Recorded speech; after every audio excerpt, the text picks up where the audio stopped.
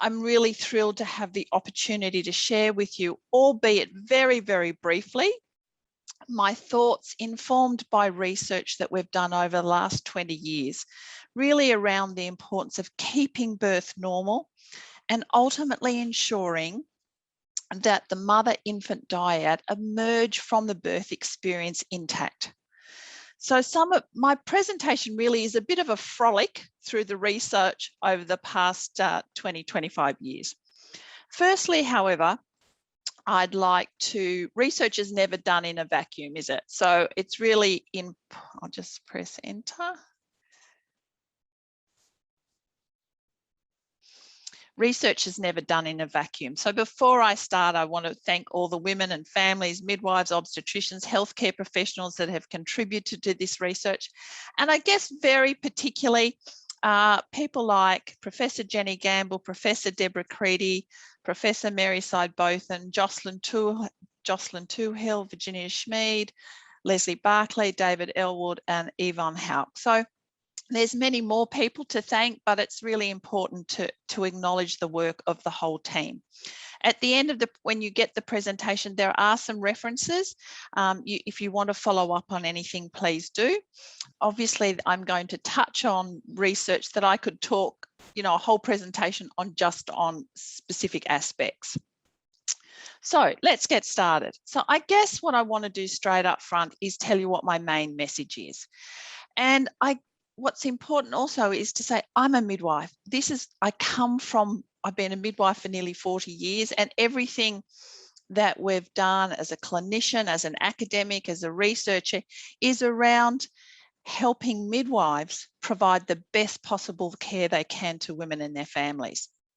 And so that's the paradigm or the glasses which I'm looking at, and I'm coming to you today, acknowledging that a lot of you have much more experience and understanding of trauma, refugee trauma, than certainly I do. But I hope what I can share with you will be helpful or provide some insight. So the main messages are: birth is important. It's fundamental. The relationship, it's important to the relationship a woman shares with her baby. A healthy mother-infant relationship is the context within which successful breastfeeding and child development occurs. Healthy societies need healthy women giving birth to healthy babies. So, that's such a fundamental thing for us to really start to grapple with, because I think we've lost that along the way. So I guess what I go through now is say, okay, well, what does the Australian landscape look like in terms of birth? So the current landscape is, despite us being a very lucky country, and of course a very wealthy one, we have a maternity system that many would describe as broken. We have high rates of intervention. We have high rates of caesarean section, among the highest in the world, 1 in 3 across the public sector, 1 in 2 in the private sector. We have low rates of spontaneous vaginal birth, high induction rates. And we have decreasing vaginal birth after caesarean section rates. And we have a media and a medical discourse often that asserts that maternal request for caesarean section is the reason for these escalating rates. As you can see on the screen there, we have high levels of childbirth fear and postnatal emotional distress. And I suppose in terms of trauma, that's where my work fits in. So childbirth fear has got elements of trauma, and the postnatal emotional distress work that we've done has been around post-traumatic stress disorder. So I guess that's the context of which we're talking about tonight. So I guess the question is, okay, well, are women, we've got this kind of context. So are women asking for this, like what's going on in terms of why we might have this level of distress and what's happening in our services? So this was a question we asked ourselves quite a long time ago. And when we when we did, there wasn't actually a lot of work on women's expectations of childbirth. And we did a large study. We interviewed 202 women and 3 different phases. So we interviewed them, then we did some follow-up interviews with kind of another group, and then we did another set of interviews with women who were particularly fearful and who talked about the trauma and the fear of birth. And we were interested in looking at what those women were saying. And like I said to you at the beginning, I could do a whole presentation just on this particular study. But I guess the main message we learned from this was, in the first instance, most women expect that childbirth is they expect it to be a natural process, and that it's going to be a life-affirming event for them. And perhaps that's not unreasonable. But then you have to ask yourself the question, when we were writing up the findings and looking at this, well, what's going on then for us to have this context of this level of distress? Does it have something to do with women and their confidence, or does it have something to do with the system? So just many of you might have heard of this fellow, you might not. Michel Odent is a French obstetrician. I think he's in his 80s now. He might be toward the end of his 80s, but he's been prolific, a writer, a thinker, a reflector on systems of maternity care. And he's been writing on this issue for many, many years. And I think this is at the heart of what we need to grapple with. And he says, human societies need to protect the mother-baby relationship. Stop meddling, and then humanization will follow. And he talks about humanizing birth and humanizing breastfeeding. And basically what at the bottom line is, we need to keep the mother and baby relationship as central to the care that we provide. He's interesting. He ponders a whole lot of things, but one of the things he talks about is the division of labour between obstetrics and neonatology/pediatrics. And he proposes and says, how has that constructed how we look after women and their babies, and the separation that often happens when we think about the way we provide care. Okay, so if we want to humanize birth, what does that mean? Is it hard? It actually probably isn't, but we seem to have a lot of trouble doing it. So really, the most important birth intervention, there's not many. These are the important birth interventions, and it's important for women to know this, and friends and families. So the evidence is really, really clear now. Women must have someone with them. They must have a companion with them during labour and birth. They must not be left alone. We know that support is fundamental to how they then experience what's going on for them. And to layer on top of that, what we do know now is that providing women with continuity of midwifery carer, and I'm talking about giving women their own named midwife and partner midwife who provide care across pregnancy, during labour and birth, and across the postnatal period, of course, within a multidisciplinary supportive team, ensures the better outcomes. We know now that the evidence that women come out of the birth experience lower rates of intervention, higher breastfeeding rates, feeling more emotionally intact. And so that, if you look at the Cochrane reviews around this, the level 1 evidence is really saying all women, regardless of their risk status, should have their own midwife. Now, they might need a whole lot of other people as well, but they still need their own midwife, to journey with them. And it's really about relationships. Some would argue that it's so strong, the evidence now, that it could be considered unethical for us not to reorganise our services for that to be the standard model that women opt out of if they don't want it. So I think that's really important for people to know, especially when they're working with women and thinking about, working with women who are traumatised, what kind of support mechanisms need to be in place. The other things are simple things like women must be able to eat and drink. They must be able to move around. And it sounds simple, but we've often done things like making them nil by mouth, not letting them walk around, putting them on the bed, and they stay there. The last 2 there, avoid chemical forms of pain relief. This really speaks to our ability as service providers and healthcare professionals to work with women and their confidence and their self-esteem and their capacity and their self-esteem about I can give birth and what that looks like. Because when you do that, you can help women understand how they might be able to work with their bodies to avoid chemical forms of pain relief, which are associated with the cascade of intervention often. And the other thing we need to do is really look at how we use the very important technologies we do have to ensure that we're using them properly and we're not overusing them, and they're used when they're necessary. Of course, another really important part of this is making sure we provide respectful, engaged and dignified care. And we really need to think about how do we increase women's positive experiences and make sure they achieve their expectations. Now, I'm sure we could talk about this for ages. I've often had conversations, particularly with often psychologists around.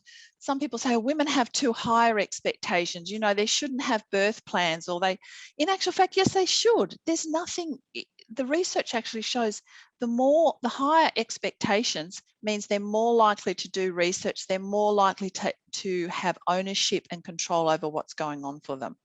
So really it's about saying they should expect a normal life experience where they come out feeling happy and ready to transition to motherhood. The last two there, I'm going to spend a little bit of time on. What we do need to do is reduce women's childbirth fear. And in that is the trauma component, although you guys are much more experienced at that than I am. But within fear is a level of trauma.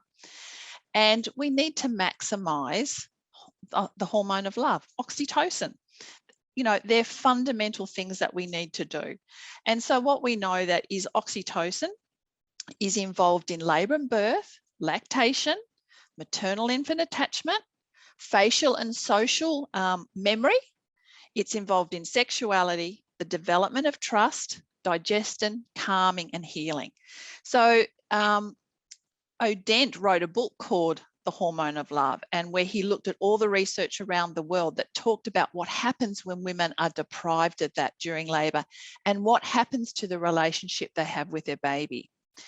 And you can think about if you're really fearful or traumatized going into birth and you know, have a whole lot of don't feel loved and supported and you feel alone, then your adrenals are going to kick off, you know, and we know adrenaline is an antagonist to oxytocin.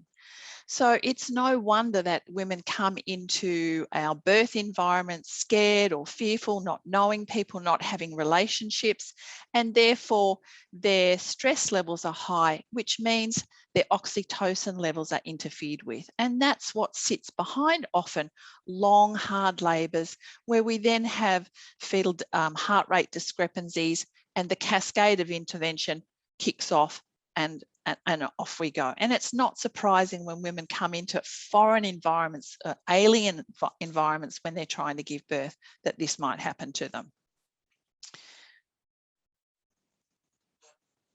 So I guess the other thing we need to, and part of this is also about looking at our care environments, if that's what we're talking about, fear, and what do we need to do around this?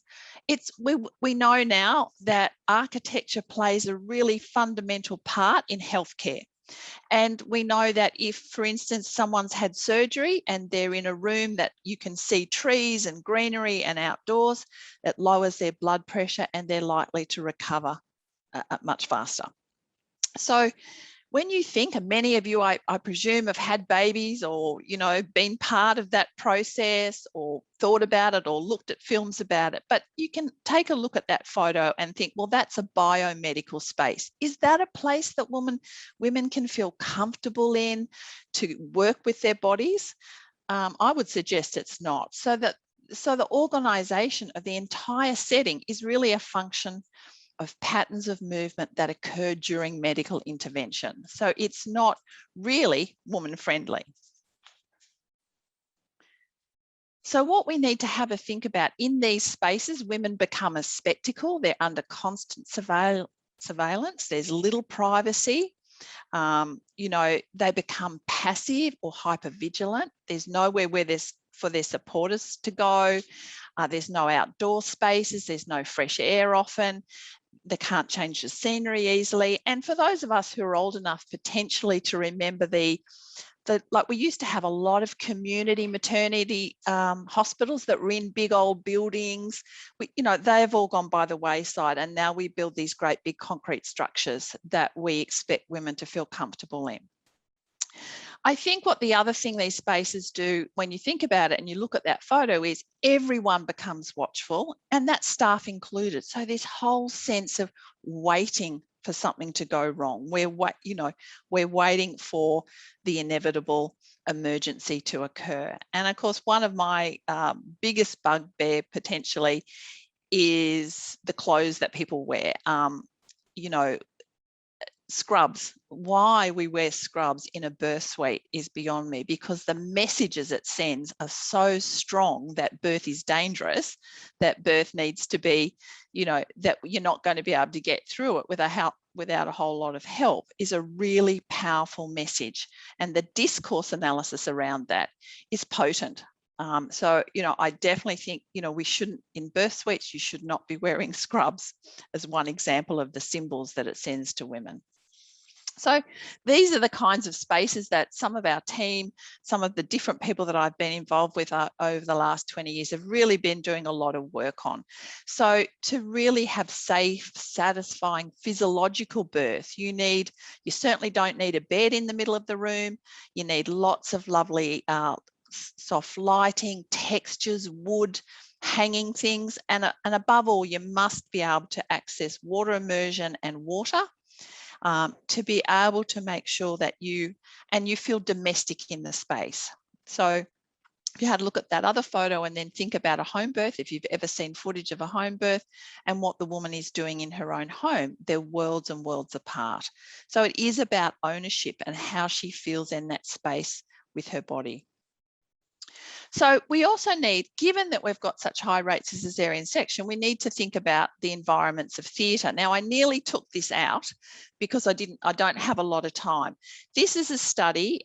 These drawings come from a study by Dr. Sarah Bayes, who's now a professor of midwifery in Melbourne.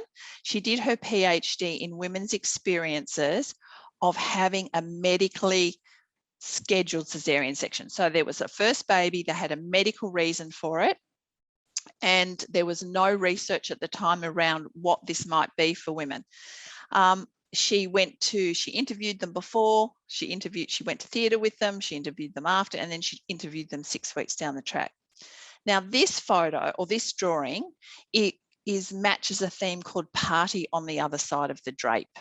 And you can see there, this particular woman was feeling really, really ill. She thought she was dying. She couldn't get anyone's attention. Her baby's born, and that's the paediatrician on the other side having a cuddle. Now at 6 weeks, she talks to Sarah about how she feels as a mother. And really, I'll let you have a read of that. But the bottom line is, I had a baby, but did I give birth? So, that creates a whole lot of trauma for women ongoing as they transition to motherhood. Now have a look at this one. Have a look at this drawing. Very different, isn't it? What's so different about it? Everyone's focused on the mother and the procedure. So in this case, this woman joined the study. She really shouldn't have. She'd actually had 2 caesarean sections, but she was so traumatized and unhappy with her experience. She just wanted to be able to share her story. And we said, sure, you come and share your story. That we'd love that. But what ended up happening, it was fantastic, because she, during her journey, she sought out something called an active caesarean section, where you can see there's no drape. She had gloves on. She was gloved up and scrubbed. And she lifted the baby out onto her chest, and then they lifted up the drapes after that happened. And this is what she says at 6 weeks. And remember, she had 2 experiences where she felt like the other woman. It was incredibly amazing, all of that. I gave birth, and I can look him in the eye and say, I gave birth to you. And that is an amazing feeling. It makes you feel sort of whole about it. Yep, 10 feet tall. So we need to think about women who are in the theatre. You know, is there music? Do we need a drape?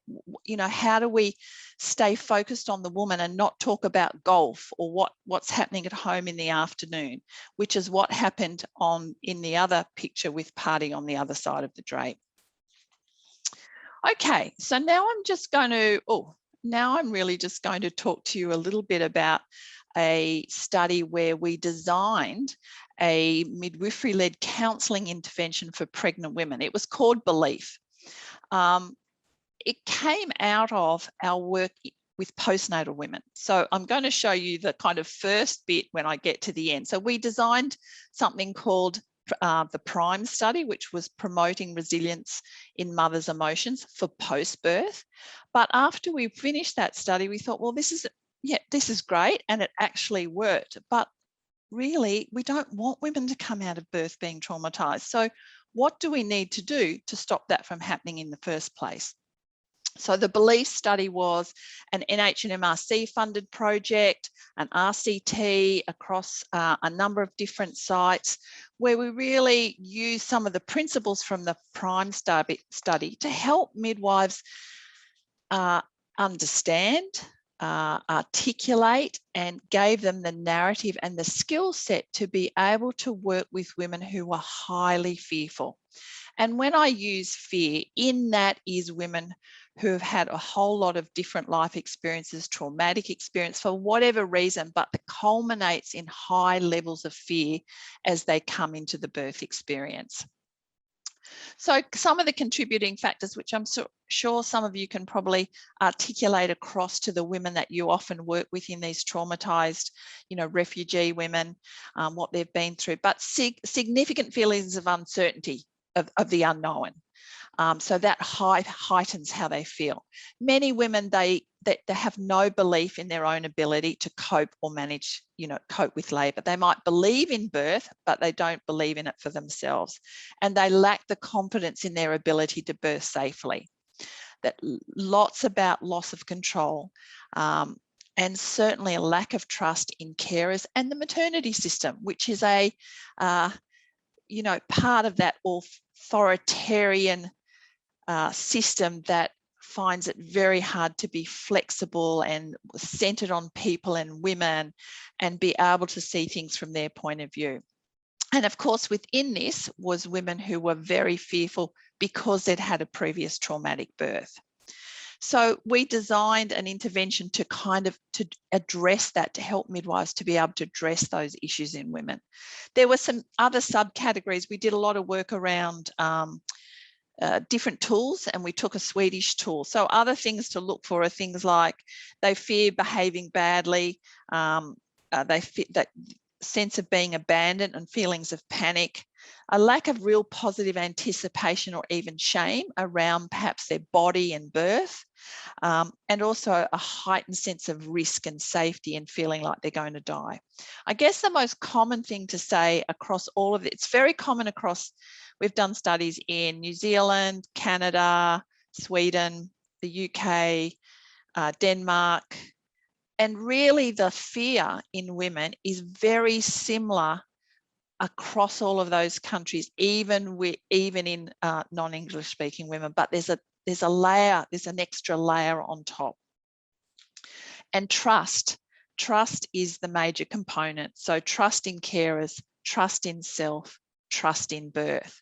So they're the things that we worked very hard with women on in the Belief study. So very quickly, this is just to show you and to talk really about, like I said, I can't talk to you about epigenetics other than we now know that what happens, like we were talking, like the title of the presentation, we now know the environment of the uterus is affected by what is happening to the mother. So we know that epigenetics affects fetal development. And in terms of what happens in birth, we can see here women who are highly fearful have higher rates of preterm birth, higher rates of postterm birth, fetal asphyxia, fetal growth restriction in babies, emergency cesarean sections. At the bottom line is anxiety, distress, and depression is linked to postnatal emotional distress. And we know that affects maternal attachment and infant development. Okay, so what happens when we get it wrong? So in terms of childbirth trauma, there's a strong relationship between the childbirth events and acute maternal trauma.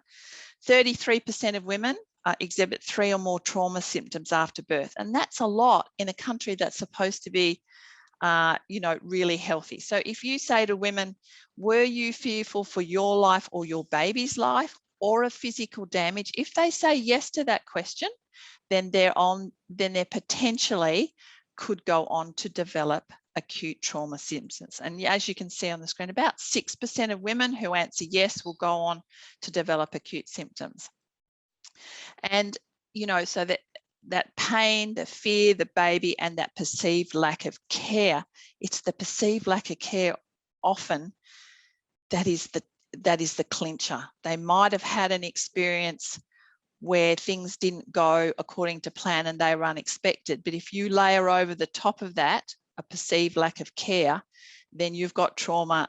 It's just absolutely, so most women can manage if they feel loved and respected and part of the decision-making process. But if they don't, then that's when we've got a real problem. So what we did, I could talk for ages, but what we did, this slide is really talking about a study where we particularly asked women who identified as being trauma, what were the main issues? So they talked about violated expectations. So strong sense of loss of control, loss of dreams, failure, loss of their body failing them, lack of womanhood. So all of those culminated in feeling violated. Loss of control, and many of you, I'm sure, deal with this kind of concept, but in terms of birth, that just not involved in decisions, the spiraling intervention, not understanding what was going on, and then not knowing what was happening. And this was intensified by poor communication patterns and dismissive attitudes of staff. And one woman said, I felt I lost complete control over what was happening to me and I felt disempowered.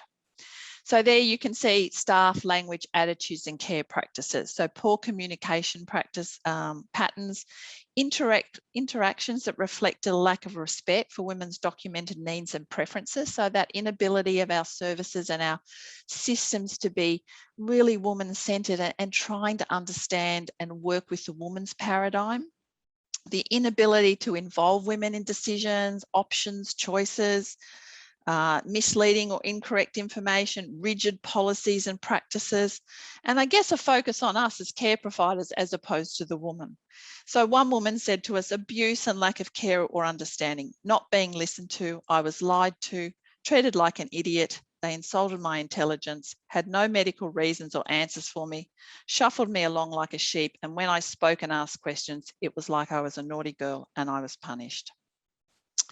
Then we have labour experience and the cascade of interventions. I've talked a little bit about that. So as things started to go, an epidural and then something else, then a catheter, then a drip, then it's syntocinon and monitor and a long labour and a baby not coming through properly or turned in the wrong position. So all of these things just going building, building, building, and just feeling completely out of control. And one woman said, I was constantly hassled to have pethidine. I gave in and then I lost control. And the last one, surgical birth and separation for the baby. So that separation from their baby is absolutely, when you think a woman shouldn't ever be separated from her baby after birth, it's fundamental that she be with the baby, that it's that lioness, that she gets time to be and smell and look, and revel in her pride at giving birth. But certainly when women are separated, they suffer greatly. And we know it does something, and it does something to the bonds that are happening when you're supposed to be with your baby. And it's not just surgical birth. I've just had to work with a woman who had a beautiful, beautiful birth and then a retained placenta. Now that's fine to some degree, but when she went to theatre, there was a delay. She was left alone in the anaesthetic room. The doors were open, but the staff actually interpreted that of them not leaving her alone. But she felt completely abandoned, and she could hear all their conversation, and she just felt like she was left. And again, another thing for her was she didn't know what happened in the general anaesthetic. Who put their hands on her? You know, so that violation again of her body. I'll just put, I won't read these, but just have a look at the language. These are from women around surgical birth. So gutted like a fish while in a crucified position. And then the same from another woman talking about having her arms out to the side and not being able to move. There was another woman that talked about being able to see in the mirror. And so, you know, this is the kind of strength of the language that's coming from women that I often think of those of us who work in the system, we don't appreciate what can be happening to women at the time. Very quickly, the other thing to talk about, and I'm just wondering how I'm going for time now, is postnatal, postnatal care. Very quickly, 50% of Australian women are unhappy with their postnatal care. It's worse for women of non-English speaking backgrounds. Women, it's the same in the UK studies, the same, and in Europe often. So women feel discriminated again. We have these chaotic postnatal wards where it's like on a production line. Women don't feel like they can ask for information, and it doesn't, just the ramifications potentially of what happened during the birth just get intensified when they go and have postnatal care that doesn't meet their needs. Okay, so birth is trauma. Trauma reduces bonding and attachment. It's linked to depression, anxiety, and stress, and it's a trigger for future distress. So if we don't deal with it, next pregnancy, next intervention, first birthdays, intimacy, sex it affects, failure to breastfeed. For some women who are traumatized, just having the baby near them triggers them.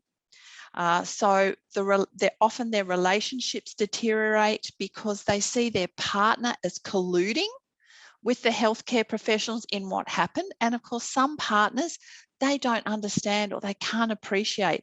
And of course, we've got this rhetoric that says, come on, you've had a baby, get over it, it's healthy, why are you still distressed? So again, it comes back to recognising the importance of the process. And of course, for women who've got any underlying sexual abuse, trauma, this is just magnified on a huge basis. Now, this slide is really for midwives. I'm sure you guys know about this, but this is really for saying to midwives, what can you do? Because we're there at the front line when this first happens. So things like being aware, really aware. We've done studies around, unfortunately, they're old now, but midwives, this is why it started the work. We weren't actually asking or paying attention to women's emotional well-being in the chaotic nature of the postnatal ward and the way we do business, but listening to women, encouraging them to talk about their feelings and living with their distress and saying to people, don't package it up. Midwives particularly and other healthcare often want to wrap up the woman's feelings and tell her, look, we didn't mean to do that and this is why we do it. But in doing that, we don't validate her experiences. And one of the biggest things we've found is women carry a huge amount of shame and guilt. And if you don't help address that for them, they keep carrying it. So, I will work with women often and they'll say, oh, I should have known. Maybe I should have picked a different care provider. Maybe I should have looked that up. Well, there's a silence often around maternity care. It's not their fault. We never told them that. So it's really helping them understand it is not your fault that we left you in an anaesthetic room by yourself. That's on us. And so some women need to hear us say, you received crap care. And often when they hear that, okay, at least they acknowledge that, then we can start to work on and keep working through what needs to happen. And this is really part of the prime counselling intervention that I talked about, promoting resilience in mothers' emotions. So again, this is a midwifery-led intervention around counselling women, picking up women who were traumatised after birth and working through and giving midwives the tools to work through around what happened. And this is why it's a midwifery-led, because it's around understanding what happens in labour, being able to fill out in missing pieces. That's not to say they might not need to go and see a psychologist. There might be a whole lot of other things they need, but this intervention is about us as midwives being able to do that, first responding to what's going on for them. Okay, so I'm sure I'm over time because I forgot to look at my clock. So just to recap, continuity of midwifery care, super important, should be the standard model of maternity care. What happens at birth is important and fundamental for that mother-infant relationship. Promoting normal birth is important to reduce trauma, increase long-term breastfeeding, and to support child development. And we need more research around the complex dynamics of birth trauma and childhood development. So I'll just leave you with this quote from a woman in one of our studies who said, "Women need to be nurtured to be protected, healed in a safe environment where their right to self-determination is respected. This is so necessary if women are to take up the challenge of motherhood. How can we care and love our children if we have not been cared for and loved ourselves?" Thank you.